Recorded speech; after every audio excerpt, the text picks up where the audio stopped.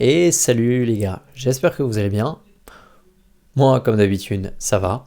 On est mercredi et j'ai fini du coup les deux trainings et je voudrais commencer le vlog un petit peu différemment. C'est-à-dire que là, en fait, on va commencer par les explications et ensuite il y aura les exercices. Alors, au niveau des entraînements, on va pas perdre de temps.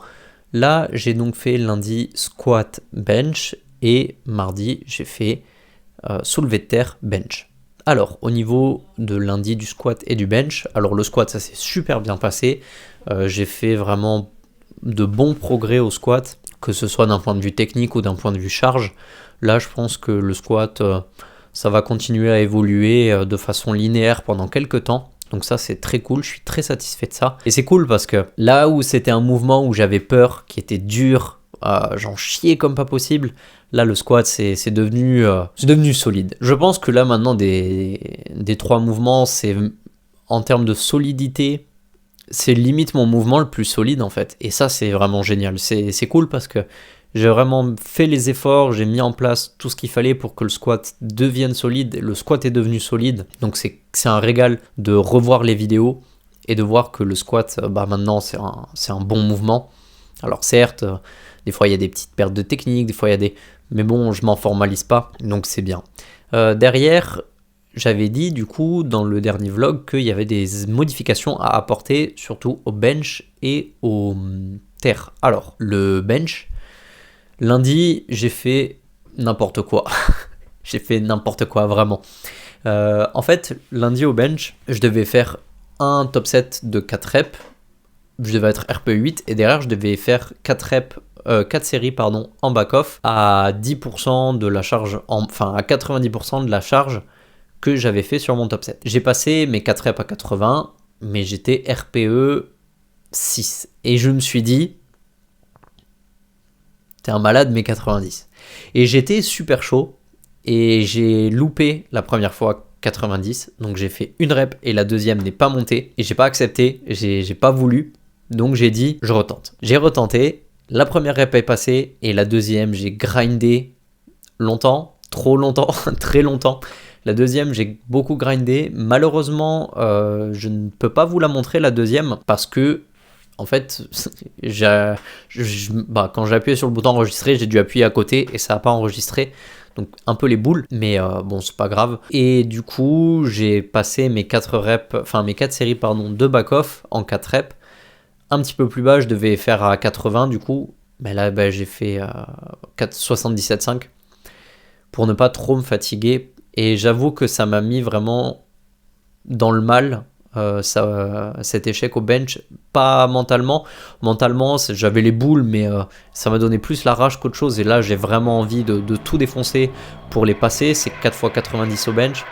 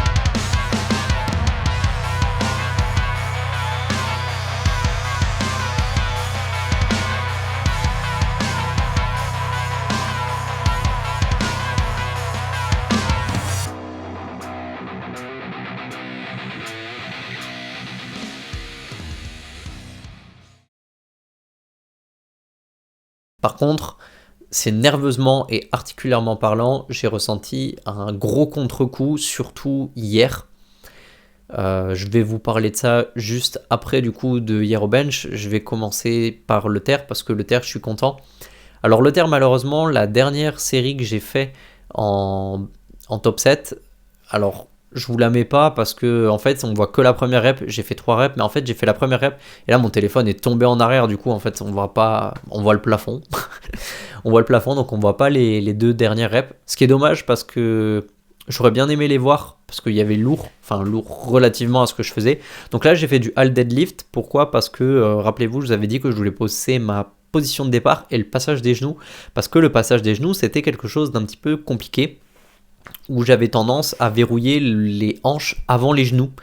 Et là, j'ai travaillé là-dessus et vous allez voir sur les images, je pense que je vais vous mettre la totalité de ma série Otter, comme ça vous allez voir. Et en fait, j'ai vraiment essayé de visualiser que je verrouillais les genoux avant les hanches et on voit au fur et à mesure que les séries avancent que j'arrive de plus en plus à verrouiller les genoux avant les hanches et en fait l'évolution technique est folle et vraiment le halt deadlift pour ça je pense que c'est génial. Alors forcément je mets moins lourd mais c'est pas grave parce que je travaille énormément la position de départ et j'ai plus du tout de problème avec cette perte de tension que je pouvais avoir parce que là le halt deadlift ça m'oblige à avoir une tension beaucoup plus longue. On voyait sur certaines images où des fois quand j'étais en haut et que je relâchais ça faisait comme ça. Et en fait, ça, c'était dû à une perte de tension. Quand j'arrivais en haut, en fait, je relâchais tout d'un coup pour pas me fatiguer pour les séries d'après ou les reps d'après. Et en fait, c'est une bêtise parce que du coup, je relâchais la tension et relâche. Enfin, c'est une bêtise. En fait, j'en sais rien si c'est une bêtise ou pas. Mais là, du coup, avec le hall deadlift, j'ai arrêté de relâcher cette tension une fois que j'étais en haut et je redescends. Et en fait, je sens le mouvement beaucoup mieux et je me sens beaucoup plus fort le fait de ne pas relâcher la tension. Donc, je sais pas. En tout cas, j'explore, j'essaye de nouvelles choses. Là, je me rends compte que en gardant un minimum de tension, je me sens bien mieux. Donc je vais garder ça. Je suis content du passage des genoux qui s'améliore. Et du coup, le bench, donc je vous ai dit, lundi, ça m'a mis une grosse clim nerveuse physique. Et là, vraiment, articulairement parlant, je commence à ressentir des contre-coups au bench. Parce que bah, du coup, j'ai une fréquence élevée. Parce que j'ai 4 séances de bench par semaine. Ce qui est un petit peu, je pense, le maximum qu'on peut faire en power. Je pense que monter à 5, c'est trop.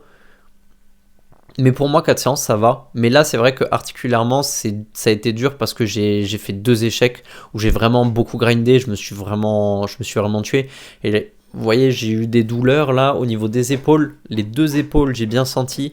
Le coude, d'habitude, mon coude faible, c'est mon coude gauche. Et là, même dans le coude droit, ce matin, j'ai eu quelques petits ressentis au niveau du coude droit. Donc là, les ressentis, les répercussions physiques se font ressentir. Mais c'est dû aussi au fait que bah là j'ai fait un peu nimp lundi et là j'ai bossé du coup parce que j'avais mal au brachioradial, donc j'avais mal au niveau des insertions du brachioradial. Si jamais par exemple vous avez ces douleurs au bench, là j'ai mis ça en place du coup depuis quelques jours, depuis samedi pour être précis, parce que samedi j'avais aussi des douleurs. Et même rappelez-vous, dès le début j'avais dit que j'avais des douleurs au brachioradial.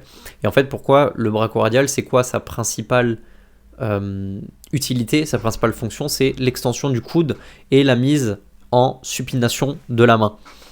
Donc en sachant ça, en fait, vous pouvez très facilement imaginer des exercices. Donc si l'objectif c'est l'extension, bah, en fait il faut que pour le renforcer ou le travailler, il faut que vous ayez une résistance qui aille dans le sens inverse d'une extension. Donc par exemple, vous prenez une bande élastique et vous la suspendez en hauteur et vous faites une tension, une contraction isométrique avec le coude à 90 degrés ou un petit peu plus, et vous pouvez faire l'inverse.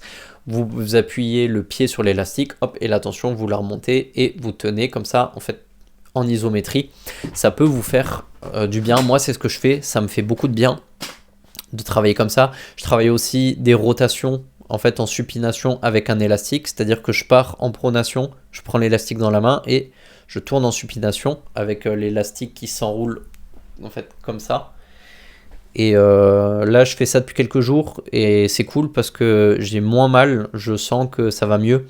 Je m'échauffe un petit peu mieux aussi avant les séances de bench pour vraiment bien mettre tout bien sollicité. Et puis bah voilà.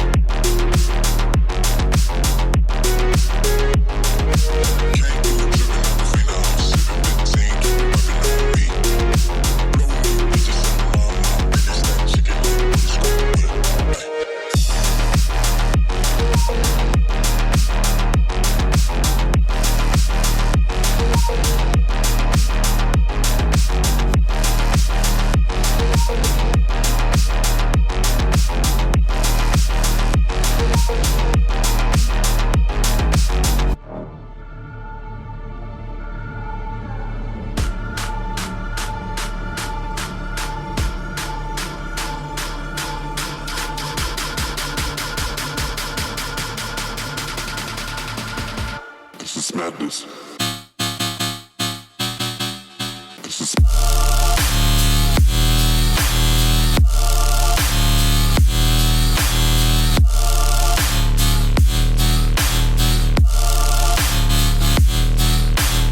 de toute façon, je savais qu'à un moment, des contre-coups physiques allaient commencer à se faire sentir. Je pensais que ça arriverait plus tôt, pour être honnête. Je pensais sentir des douleurs articulaires beaucoup plus tôt. Et du coup, je suis surpris et je suis content parce qu'elles arrivent 6 semaines. En fait, au bout de 6 semaines, je pensais que dès la 3e, 4e semaine, j'allais commencer à sentir un contre-coup.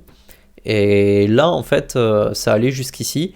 Là, j'ai senti le contre-coup, mais je l'ai senti aussi parce que j'ai fait un peu n'importe quoi. Donc là, je fais attention. Surtout que du coup, hier, j'avais 5 séries en 4 reps RPE7 et je devais augmenter ma charge de 2,5, du coup de 3%, donc de 2,5 parce que j'étais à 77,5 la semaine précédente. Donc cette semaine, je devais être à 80 kg. Au début, je voulais faire 77,5 à cause justement des douleurs et je me suis dit, le plan divin, est-ce que Dieu te rappelle à lui? Si oui, c'est que t'es pas fait pour ça. Donc j'ai fait à 80 et au final les 5 séries sont très bien passées. D'ailleurs je suis extrêmement satisfait de la technique. Et j'ai pris une décision d'ailleurs qui je mettrai en place dès la semaine prochaine, c'est-à-dire que au bench, je ferai du coup le lundi ma série en top 7 en mouvement comp. Par contre, les back-off, les 4 séries de back-off, je pense que je ferai du stato inversé. Alors qu'est-ce que c'est le stato inversé et pourquoi stato inversé? Rappelez-vous, je vous ai dit, j'avais une perte de tension quand j'arrivais en bas du mouvement, donc quand il me restait à peu près ça à parcourir, hop, souvent là, j'avais une perte de tension où je relâchais tout. Et alors là, j'ai réussi à très bien garder la tension mardi, mais c'est quand même un point, je sens que si en fait je descends, je peux tout lâcher quand j'arrive ici. Pourquoi aussi? C'est parce qu'en fait j'ai les bras longs et c'est le moment où j'ai les bras qui partent vraiment en arrière. Et c'est là en fait où c'est le plus dur de solliciter les pecs parce qu'ils sont vraiment étirés à leur maximum. Et c'est pour ça que j'avais tendance à lâcher la pression. Donc du coup, j'ai prévu de bosser en stato inversé au niveau de mes variations bench. Et du coup, je mets des variations le lundi en plus du vendredi. Donc dans ma séance de demain, c'est habituel, je mettais du Larsen. Et là, j'avais fait du Larsen en tempo 4-2-0. Justement pour travailler cette zone-là. Et du coup, je me suis dit, pourquoi pas bosser en stato inversé. Alors du coup, qu'est-ce que c'est le stato? Quand on bosse en stato, c'est on retient et on remonte. On fait une pause en bas, on monte et quand on arrive à peu près à mi-chemin, à mi-amplitude, on refait une pause et après on remonte. Donc en fait, le mouvement, ça ferait ça. Voilà. Et le stato inversé, qu'est-ce que c'est? Bah du coup, c'est l'inverse. C'est-à-dire que vous descendez, vous faites une pause mi-amplitude, vous refaites une pause quand vous êtes en bas et vous montez. Et du coup, ça, en fait, je vais faire la pause en stato au moment où justement je perds l'amplitude habituellement. Comme ça, ça va me forcer à travailler cette zone-là du mouvement qui, pour moi, est la plus complexe au bench. Et en plus de ça, c'est bien parce que ça me fera bosser aussi un petit peu la trajectoire. Après la trajectoire, là, je suis content parce que ça a bien évolué. J'ai beaucoup plus belles trajectoires.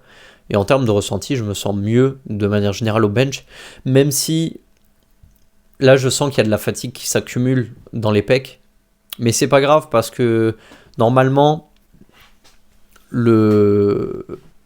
en fait, là, mon planning, mon entraînement, physiquement, il est dur. Et je savais que physiquement, il y aurait des répercussions. Et je pense même que quand j'arriverai à la fin, juste avant ma semaine de taper, j'aurai des très grosses répercussions physiques. Je pense avoir beaucoup de douleurs articulaires, surtout au niveau des coudes et peut-être des genoux.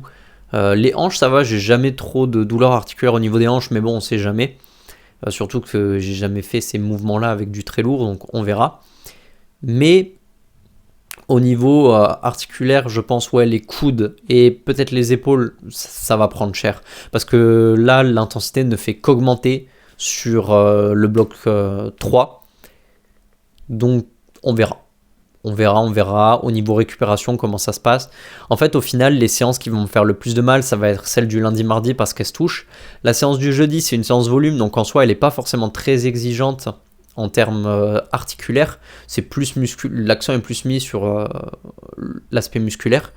Et les SBD, par contre, eux font mal, mais c'est vrai que l'avantage que j'ai, c'est que chaque semaine, là je réduis, à partir du bloc 2 d'ailleurs, je réduis mes séries de back-off de une série pour tous les mouvements. C'est-à-dire que là j'avais une série effective pour le squat, le bench, le deadlift, et j'avais 3 séries back-off squat semaine 1, 4 séries back-off semaine 1 au bench et 2 séries back-off au terre semaine 1. Et du coup semaine 2 j'aurai 2 séries squat, 3 séries bench, une série terre. Troisième semaine, 2 séries squat, une série squat, 2 séries bench, aucune série de back-off au terre. La troisième semaine, une série squat, 2 séries bench, 0 terre. Et la dernière semaine, du coup, 0 série de back-off au squat, une série de back-off au bench et 0 au terre. Voilà. Donc, du coup, vous voyez qu'en termes de récupération, en fait, ça va. Mais les RPE, en échange, les RPE augmentent de 1 pour chaque semaine. Donc là, la première semaine, mon SBD était RPE 6. Samedi, là, je vais être RPE 7. La séance semaine 3, ce sera RPE 8. Et le tout dernier sera, la dernière semaine, du coup, sera RPE 9. Donc, voilà un petit peu là le plan pour la continuité du bloc. Donc je suis content quand même de l'évolution du tout. Là je suis un petit peu fatigué. On va voir comment se déroule la suite. Et de toute façon, les vlogs continuent, je vous tiens au courant de tout. Et on se tient au courant de tout. On se voit de toute façon sur le vlog de dimanche où je ferai un retour sur le SBD et un petit peu tout le reste. Peut-être que je ferai un petit point avant, histoire de partager 2-3 trucs, motivation, etc. J'aimerais bien aussi parler de l'aspect alimentation un petit peu plus, parce que je pense que j'en parle pas assez et c'est important. Et même pour moi, c'est bien que je fasse un point alimentaire aussi, parce que je me rappelle pas forcément ce que j'ai mangé, et c'est vrai que la bouffe ça conditionne beaucoup de choses, et le sommeil aussi ça conditionne beaucoup de choses. Donc je pense qu'à l'avenir dans les blogs je ferai un petit point, en plus de tous les points, aspect technique, aspect évolution, mouvement et tout, je ferai un point où je dis ouais là j'ai bien dormi, là j'ai pas bien dormi, et dire ouais là j'ai bien mangé, là j'ai pas bien mangé. Comme ça m'aide aussi à savoir si j'étais dans de bonnes conditions ou pas, parce que dire oui j'avais de la fatigue, oui, tu avais de la fatigue, mais est-ce que tu as bien dormi? Parce que tu peux avoir de la fatigue parce que tu as mal dormi, ou tu peux avoir de la fatigue juste parce que tu as... Comment dire? Les efforts que tu as fournis sur la séance d'avant étaient vraiment trop élevés. Donc, et du coup, ta récupération n'est pas assez effective. Du coup, je pense que je vais faire ce petit travail-là. Enfin, ce travail, ça me prend 30 secondes, dire ouais, j'ai bien dormi cette nuit, j'ai pas bien dormi cette nuit. Là, par exemple, cette nuit, j'ai pas super bien dormi, et ce matin, je devais me lever tôt parce que j'avais badminton en STAPS. J'adore le badminton, c'est faux. Et du coup, voilà. Donc là, bon, aujourd'hui, c'est un jour off, mais j'ai des potes qui m'ont dit ouais, viens, on va au parc de street, on va faire des dips de traction. Et qui suis-je, moi, simple mortel, pour résister à l'appel des dips et des tractions? Je ne suis personne. Non, sans déconner, les dips, je vais faire gaffe avec le coude, et les tractions, je vais faire gaffe avec le brachioradial, parce que moi, je verrouille avec le pouce, et quand vous verrouillez avec le pouce, vous engagez un peu plus l'avant-bras, d'autant plus que moi, ma technique aux tractions est un petit peu spéciale. Peut-être qu'un jour, je ferai un vlog où j'expliquerai ma technique aux dips et aux tractions, parce que j'ai une technique qui est... Alors au dips elle est banale, mais c'est pas la plus répandue, parce qu'au dips en gros vous avez 2 moyens, et moi j'utilise le moyen qui est le moins répandu bien évidemment parce que je suis un original. Et aux tractions j'ai une manière de faire des tractions. Il y a des gens qui vous diront que je sais pas faire des tractions compétition, mais je les emmerde parce que je pèse, je mets plus lourd qu'eux. Donc voilà. Enfin bon, je vous laisse parce que je vais aller au parc de street. Il fait pas beau, il fait froid, il y a du vent. Mais qui suis-je pour résister à l'appel des tractions et des dips? Mais je vais pas me laisser parce que la priorité est sur le power. J'y vais pour m'amuser et tout. Peut-être que je leur filerai des conseils, voilà. Peut-être qu'ils veulent que je les aiguillonne, mais pas plus. Je vais pas me flinguer, je vais pas me faire mal. Surtout que là, du coup, je fais un petit peu des exercices de rééduc pour les coudes et pour les épaules. Je vais pas foutre en l'air le boulot que je suis en train de faire vis-à-vis de ça, et toute la routine que j'ai mis quotidienne au niveau des étirements et tout. juste pour faire le kéké, aller taper 200 tractions alors que le lendemain j'ai une séance volume. Le but c'est pas de se flinguer. Donc voilà, allez, là ça a été un petit peu long, mais ça me fait plaisir aussi de parler un petit peu d'autre chose que du power. Et je pense que ça fait partie du jeu, du vlog aussi, même si il n'y a pas grand monde qui regarde, c'est pas grave. Moi ça me fait plaisir de discutailler. Et puis je me prends de plus en plus au jeu, en vrai, du vlog et de YouTube. Donc je pense, si j'ai le temps et peut-être que je ferai des vidéos sur l'exécution de certains mouvements. Bah, sur l'exécution, tout ce qui est power, je suis pas encore habilité. Enfin, pour moi, je suis pas habilité parce que j'estime que j'ai pas encore les connaissances techniques suffisantes. Par contre, pourquoi pas faire une vidéo explication sur les dips, les tractions, par exemple la ceinture, comment bien mettre ta ceinture, etc. Des trucs comme ça. C'est potentiellement des choses qui pourraient me plaire à faire. Donc je me dis pourquoi pas. Même si pas grand monde voit. En fait, j'aime beaucoup la réalisation. Et bah moi voilà, j'ai travaillé dans l'audiovisuel, donc forcément j'aime bien aussi faire des vidéos, des trucs comme ça, même si là je fais vraiment des vidéos, c'est éclaté, et il n'y a aucune colorimétrie. J'avais dit que peut-être que je ferais un peu de colorimétrie, au final je l'ai jamais fait. Même le son en soi, je fais pas beaucoup d'efforts sur le son, je le traite même, là le son du micro je le traite même pas à chaque fois dans les épisodes. Donc bon, je fais vraiment aura des pâquerettes, mais après c'est vrai que j'aime bien quand même faire des petits plans sympas, faire des transitions sympas au niveau du montage. C'est cool. C'est cool. Donc je me dis pourquoi pas faire des petites vidéos comme ça, ou peut-être faire un peu plus de mise en scène sur les vlogs. Ça c'est vraiment du plaisir personnel. Et si jamais les gens qui me regardent, vous, les 2, 3, 4, 5 personnes qui me regardent, parce que j'ai... Attention, vous êtes 9 abonnés. Donc si vous regardez à chaque fois tous les vlogs, c'est cool. Donc si en plus ça rend le truc plus sympa à regarder et plus motivant, le fait qu'il y ait un petit peu de mise en scène, un petit peu peut-être de trucs à la con, genre vous voyez le truc au début quand je fais couler mon café, le truc à la con l'autre jour avec les lunettes où je regarde, enfin des petits trucs comme ça, si ça rend le truc un petit peu plus sympa, un peu plus ludique, moi ça me fait kiffer, donc je me dis pourquoi pas en faire un petit peu plus.